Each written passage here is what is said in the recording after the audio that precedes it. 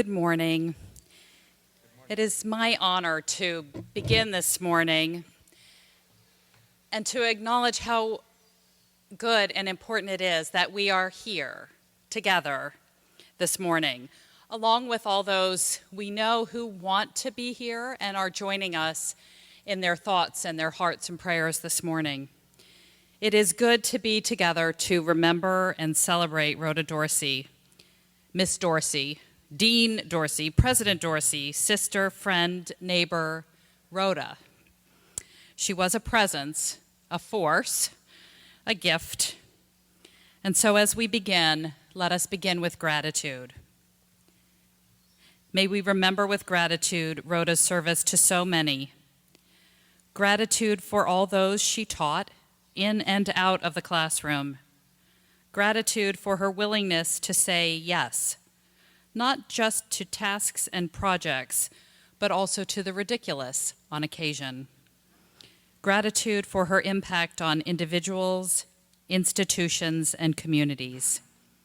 May we be blessed and carry with us some small measure of her qualities. May we carry with us clear-minded directness. May we carry with us intelligence and kindness and humor in balance. May we carry with us commitment and loyalty. May we be blessed with comfort in sadness through memories and stories and friendships. May it be so. And now I am pleased and honored to call upon our beloved Goucher President, Sanford J. Unger.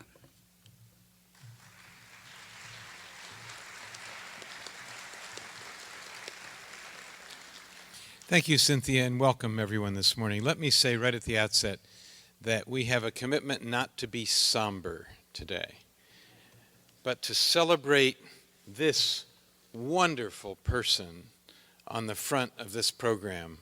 And I think that's just how we knew her and like to remember her and want to think about her. I am, as Cynthia said, Sanford Unger. I'm the 10th president of Goucher College. Rhoda Dorsey was the 8th president of Goucher, and what a wonderful president she was. I just have a few words to say about her before we, after all, I only knew her for 13 years, compared to many people in the room, especially Franny, who knew her much, much longer. But I enjoyed Rhoda tremendously the 13 years that I knew her. I think of her as an elegant, forceful, decisive, and dedicated person. She had many, many positive qualities, enjoyed life to the fullest. You'll hear quite a few details from other people, but I just want to say that we all have to remember her because she saved this college for all of us, and we greatly appreciate that.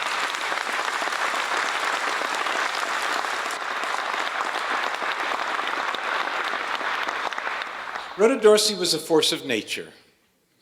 She was revered and respected not only on this campus, even when she did difficult but unpopular things, but throughout the city of Baltimore, Baltimore County, and Maryland.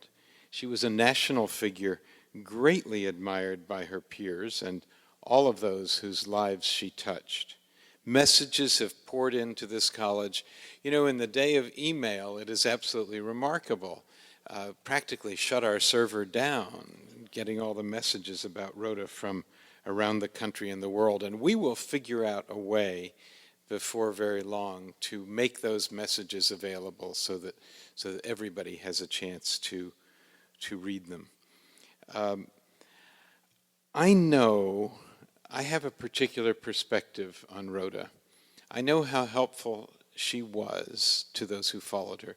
Where's Judy Moraz? She's here today, I think, there. I know how helpful she was to Judy when Judy succeeded her. And I'm sure she was also helpful to Bob Welsh, who succeeded Judy briefly before I came onto the scene. To me, Rhoda was immensely helpful. She was always available, and it was a little odd because she had left the presidency, let's see, in 1994, and I came in 2001. And so it was 7 years apart. But she had all the answers. She didn't just have all the answers, she had the questions that I had not yet figured out how to formulate. And she was the kindest person toward me, willing to she was not overly forceful in her advice. She heard me out, and she helped me figure out what I needed to know. And the thing I will remember best is how much fun it was to laugh with Rhoda. I'm sure that virtually everybody in this room had the experience of laughing with Rhoda at some point. I will personally remember her in many ways. I will think of her at events, faithfully attending events. Having served as president of this college for 21 years, you would think that she might have given herself a little bit more of a pass and not have felt obligated to attend as many events as she did. And she really wasn't obligated. She attended them because she wanted to be there. I'll think of her with the emeriti faculty in particular and the events she held for them and with them so that they would remain close to the college. I think of her as a formidable, and some might even say intimidating, leader of an effort not so many years ago to redesign and rethink the organization of Towson, of the city of Towson. And she was selected to lead that effort, and let me tell you, she had not lost any of her ability to lead and direct at the time that she took on that role. I think of her also as the person, one of the small group of people who just a few years ago invented something called the Goucher College Athletics Hall of Fame. And she selected, sat on the committee that selected people to be brought into the Athletics Hall of Fame years after leaving the presidency. I've been here so long now, it's many years since she left the presidency that she was doing this. She was at our reunion weekend, not 2 months ago. She was at the reunion weekend and very much involved with everything that we were doing. But my favorite and most persistent and distinct memory is the following. Sitting in my office above the steps to what's now known as the Dorsey Center, an office that was once her office, looking out the big picture windows, and at about 9 or 10 in the morning, seeing Rhoda Dorsey arrive in jeans or sweatpants and sneakers, on her way to the archives to sort through photographs and memos and other documents in the Goucher collection. She would do this for hours on end, and it was, I think, a very inspiring sight. She expected no special attention, no fuss to be made over her. She was just a part of the Goucher College community coming back to sort through things. I mean, I don't know how many of us would have had the patience to do that. I know I wouldn't. And just coming to do what was necessary. This was evidence, along with so many other things, of how deeply Rhoda Dorsey cared about this college, how much she cared about its rich history, how proud she was of it, and how much she believed to her last days in its future. We're very lucky to have known her, to have had her for so many years, and I thank you for joining us today to celebrate her.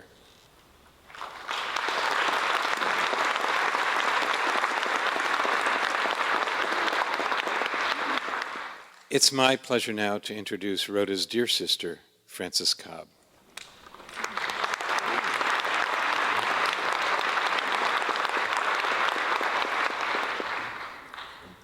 20 years ago at Rhoda's retirement, I sang about all the Goucher gifts she had given my husband Steve and me. But don't worry, I'm not going to sing again today. But I'd like to mention one gift I gave to her which had a lasting effect. In 1960, I was transferred from Houston to New York City, With me was going my three-legged cat, MJ. However, all we know about MJ. That cat could not go until there was a place for the cat to live, me to live. But Baltimore was close, so I asked Rhoda if she would take him. She reluctantly, and I do mean reluctantly, agreed to keep him, just until an apartment is ready. So she did. In due course, the apartment was ready, but somehow things just weren't right for getting MJ to New York. And you guessed it, MJ never did make it. The next thing you know, there was a slanted walkway from Alcott, the dorm where she was house mother, and MJ was in and out and had the run of the campus. So MJ was the start of Rhoda's cat possession period.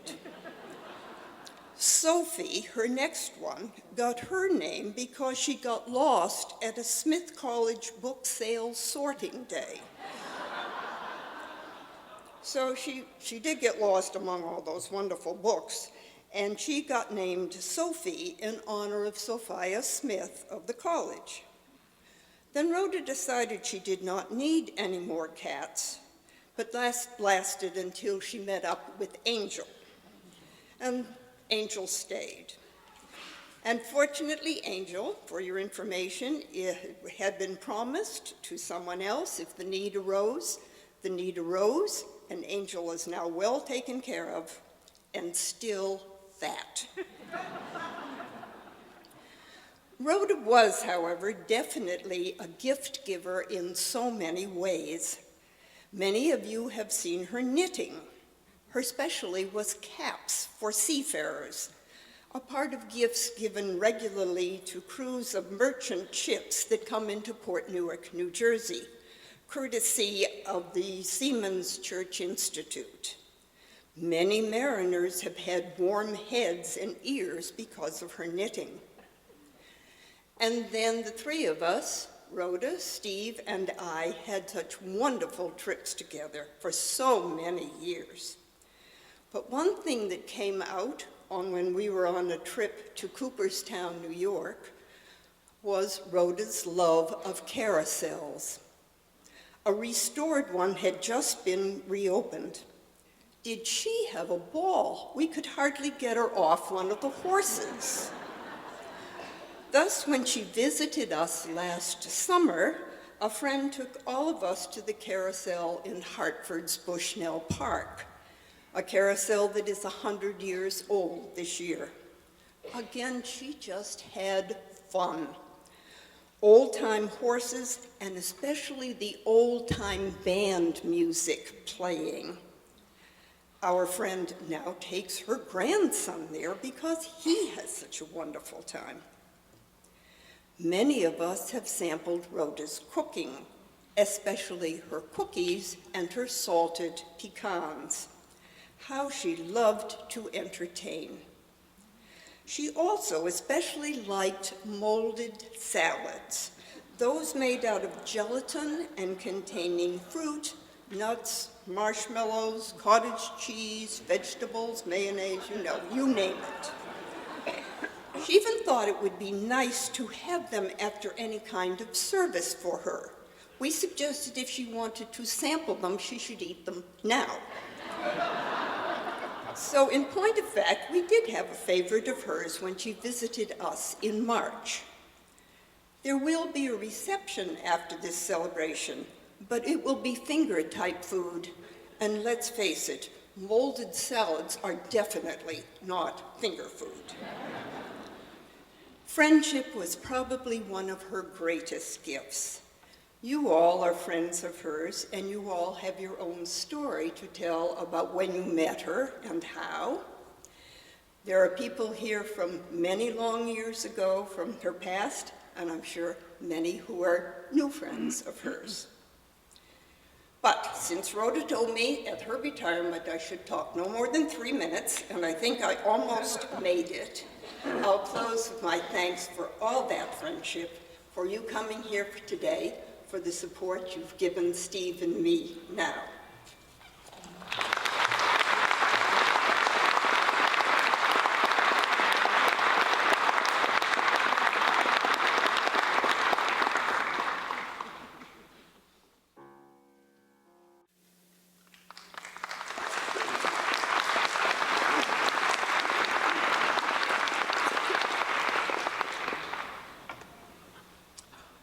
Rhoda and I graduated from the same high school in Newton, Massachusetts in 1945. I didn't know her then. I know of her because in a class of about 700 people, she was voted girl most likely to succeed. Good fortune took me to the same house, Lawrence House at Smith, where 64 girls lived in a co-op house, all on scholarship. There were 12 of us in the freshman class. We got to know each other very well. 3 of us are here today. Raise your hand, Patty. And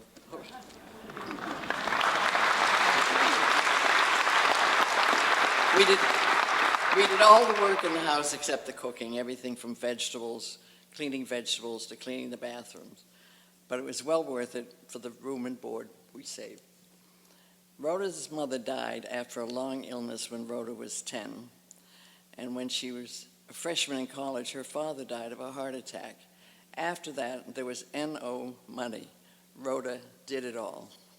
She waited on tables. She was a preferred waitress at the faculty club and the president's house. And in junior and senior year, she had a prime job on book exchange. Her co-worker on that job describes her as crisp. She never gave in on a price.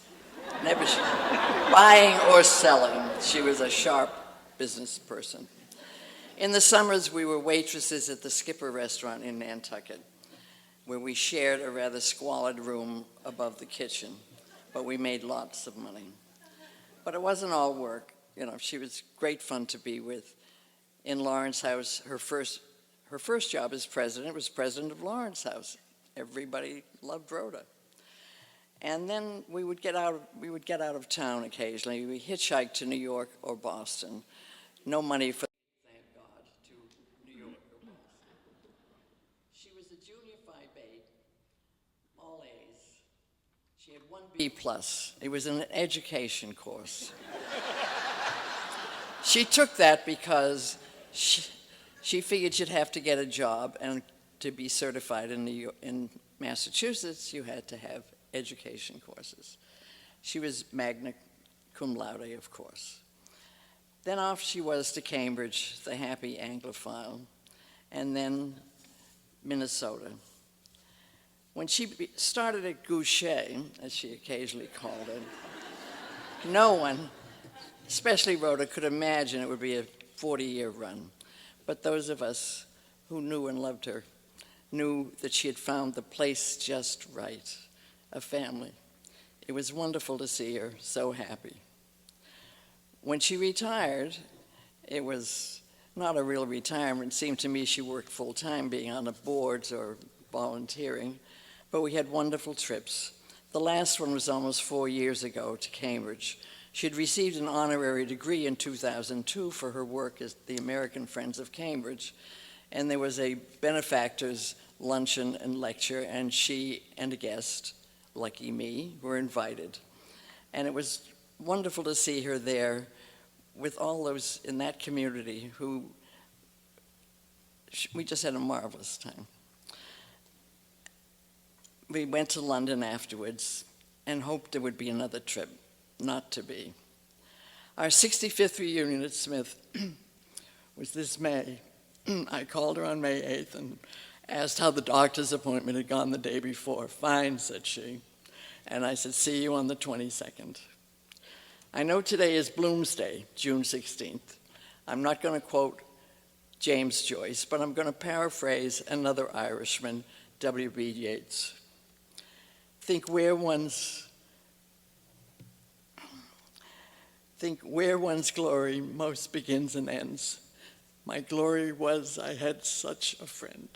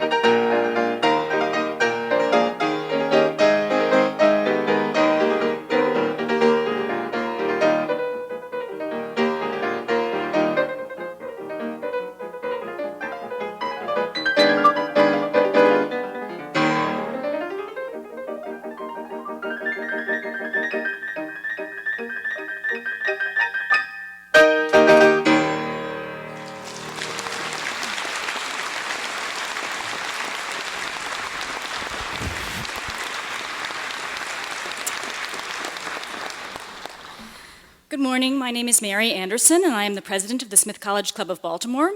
Whether you knew her as Miss Dorsey, or Dean Dorsey, or Dr. Dorsey, President Dorsey, or simply Rhoda, it was clear from very early on that Rhoda was a presence, a real leader.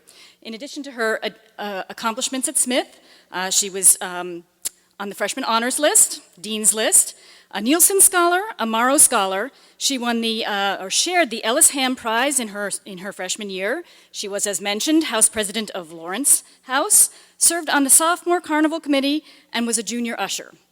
It wasn't just at Smith that she was accomplished. As a member of the Smith College Club of Baltimore, she was an essential person to our leadership committee. She served as president. She worked for the book sale. She was just our go-to person. When the book sale needed brawn, she would recruit members of the basketball team from Goucher to come and help us move boxes. When we needed a little publicity, she would charm Jacques Kelly into doing a features article on us, thereby guaranteeing us a much larger take at our sale that year. And throughout it all, I think she steadfastly drew people to our organization and to the activities around the book sale with such charm and verve. A couple of years ago, we got a rather large donation of some relatively salacious material, and we all sat around scratching our heads going, okay, now what do we do? And she said, oh well, we don't discriminate against one-handed literature. And off we went to sell it.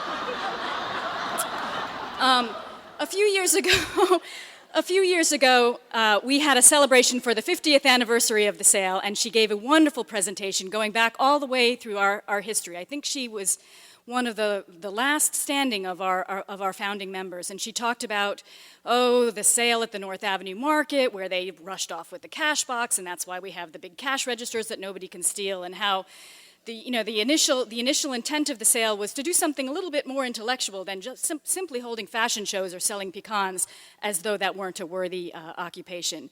At any rate, she loved the book sale as much as we do, and said this about it in a film that was made about the 54th sale.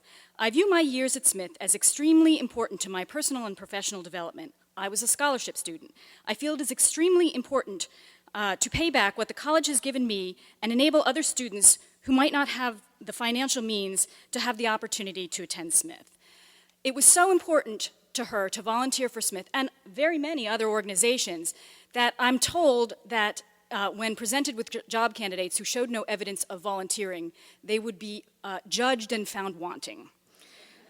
In the final moments of the film Booksmith, she mentions what a great tradition the book sale has been to her and how much joy it has brought her over the years to participate and to see it grow and to see families raise up their children and then come back and bring their grandchildren. And so I have been in the habit of writing thank you notes to some of our more steadfast volunteers over the year, and this was the very last thank you note that I wrote to her for this year's sale. Written on May 8th, Dear Rhoda, for all you have done for the sale and the club, we are so grateful. We simply cannot have continued this long without your steadfast presence. And that's really what she was to us, a steadfast presence.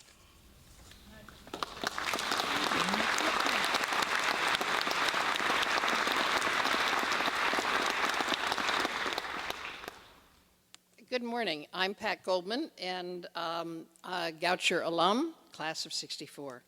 When I was asked to speak on behalf of the alumni, I was flattered and, as many of you can imagine, simultaneously overwhelmed. It was as if Dr. Dorsey, Rhoda Dorsey, as it's mentioned, you're going to hear me talk about different way, had just assigned me a paper on Friday that was due on Monday. I question how I can possibly represent the various feelings of our 10,000 alums who were here, came through Goucher over the years that she came from her beginning in 1954 until she retired in 1994. In preparing my remarks, I have been helped immensely by the reminiscences that have poured into the alumni office that Sandy has mentioned. Each email or anecdote seems to illustrate the various ways that she reflected upon us in our lives, and both as students and long afterwards. I wish I could read through them all, but what I would urge you to do is when you get home, all of you computer literate people, I'm sure, that you take a look at the Goucher.edu website and read some of those yourselves. First, to our alums, she was Dr. Dorsey, the professor. Then she was Dean Dorsey, then President Dorsey. Beyond these formal titles, she was dorm mother, career counselor, intrepid traveler, spiritual advisor, and just plain our friend, Rhoda Dorsey. Professor Dorsey's courses were, and still are, legendary, even for those who never took them or had the courage to take them. Most notable, of course, was her geography course. In case any of you in the audience haven't heard of them, I'm going to read you as one of our alums described it in her comments. We had to identify a long list of places on raised relief, I'll get it right yet, maps, blindfolded, fingering our way along mountain ridges, plains, and river valleys to recognize and pinpoint the mandatory spots.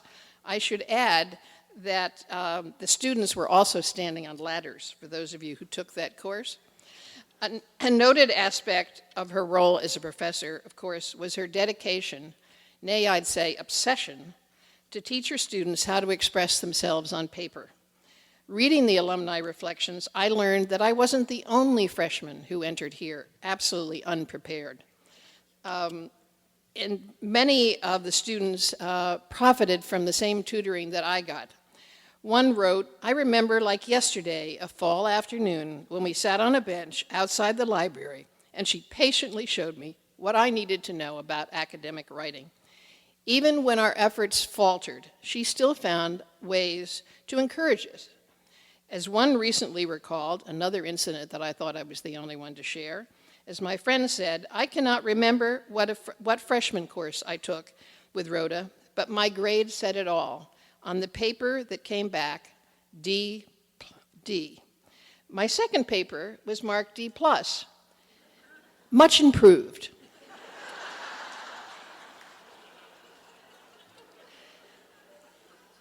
Another summed up, sounds like some of you had the same experience. Another summed up, she could have sliced and diced me many times over, but instead, she taught me to write, stimulated my curiosity, made me laugh with her dry humor, inspired me forever with her wonderful commitment to the importance of creating the questions and not the answers.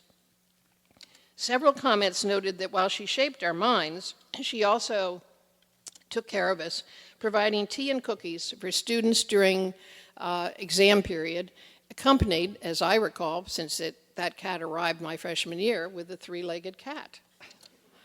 As a career counselor, whether deliberately or inadvertently, Rhoda populated many school faculties with Goucher grads who aspired to their teaching careers because of her. As one wrote, as a confident, strong woman in charge of a classroom and a master of her subject, she became a role model, even though at the time I had no way of knowing my career path would lead me to teach in graduate schools. And there were so many reminiscences that talked about that. As has been mentioned, she was also an intrepid traveler. Even on private trips, she sought out her flock to find out how we were doing. Many notes included statements that start such as, when I lived in London and we visited historic homes, or when I was in France, or I ran into her picking up shells on Sanibel Island. She kept in touch and kept encouraging us. Whenever we ran into her, she recalled our names and asked about what we were doing. I've left the Rhoda's role as President Dorsey to discuss last, which is a time that I had particularly wonderful experiences with her. The courage and foresight she demonstrated in that capacity is what allows us to still talk about Goucher today. She was a firm believer in the importance of a single-sex college, as you've heard here this morning and knew if you knew her, based on large part because of her experience in Smith. That belief was expanded when she came to Goucher. But in the early 1980s, President Dorsey was faced with a diminishing number of qualified women who were willing to enroll in a women's college once the men's colleges let us in. Relying on the skills that she taught us, she began by asking questions about what the alternatives might be. She assembled the pertinent information, and while the facts were being assembled, Rhoda traveled the country, laying out the facts for the alumni groups while soliciting our opinion to develop a consensus. As chair of the board of trustees at that time, I accompanied her on many of these visits. And despite the tensions that arose at some of those meetings, she was a truth teller. She was firm but unfailingly polite. Finally, she formulated the appropriate response based on her head and not her heart. Some alums still miss the Goucher that was. However, I think the wisdom of President Dorsey's leadership at a critical time in our history is best described by one alumni this way. I did not like it when the school went co-ed, but remember her saying on her trip to California, "We've done the math, and we know how many students will be coming of college age in 18 years. Goucher may not be able to survive unless we go co-ed." That Dorsey common sense convinced me it was not a choice. The writer went on to say, "At my 50th class reunion in April, I saw how right she was. The college was as beautiful and as vibrant as I had hoped it would be. For taking that unpopular step, all who have loved Goucher College will always be in her debt." Amen.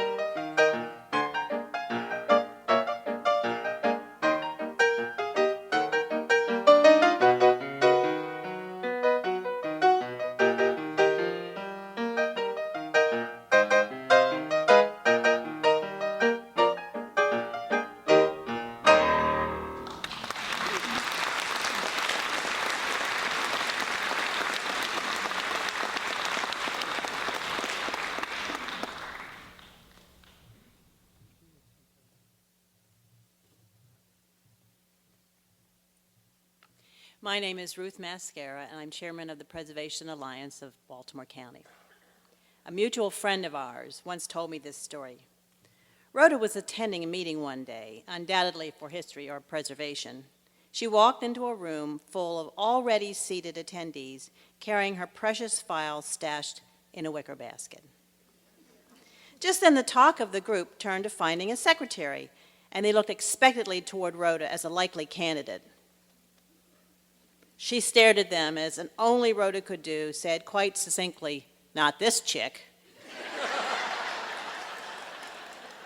At first, this might sound a little out of character or even less than typical for one of Rhoda's stature, capabilities, and use of the English language, but not really. Rhoda was one who made things happen, who could be counted on to see that they got done. She told you her mind, what she thought, and occasionally what she thought you should think, too. When we were on the Landmarks Commission together for the county, I can remember some of the attorneys seeking approvals who appeared before her, meekly accepting her suggestions. She did not suffer fools lightly. If you testified before Rhoda, you had better have your facts and your act together. If she was helping you organize a fundraiser, a meeting, or a workshop, you better go for all you could get. She occasionally brought her homemade cookies to our Preservation Alliance meetings. Everything, of course, stopped until all the cookies were gone. If she suggested you create and carry out a history tour, it better be organized, intriguing, and full of facts. If she wanted you to be better and more effective, you would be. If she asked for donations, they poured in. And if someone missed a donating opportunity, they got a call from Rhoda. If Angel liked you and sat on your lap, consider yourself lucky. If Rhoda liked you, consider yourself blessed. As we remember this remarkable woman, for all her energy, her talents, her skill, and her chutzpah, we can smile and ask if she was ever less than dynamic, ever less than inspired, ever less than terrific. Not this chick.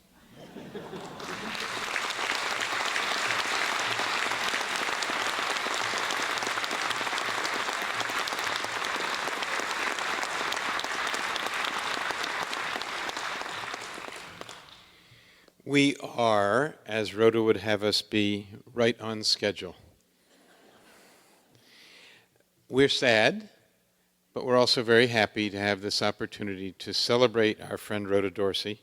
And I would invite you, when we are finished here, to join us all in the courtyard. Thank you to all our magnificent speakers, reflecting many different facets of Rhoda's life.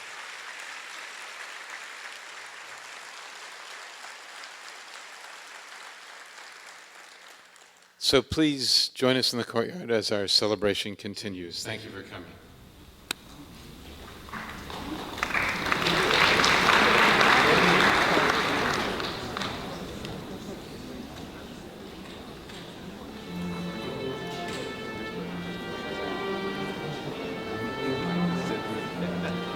Exit music. Now we get the right. There we go.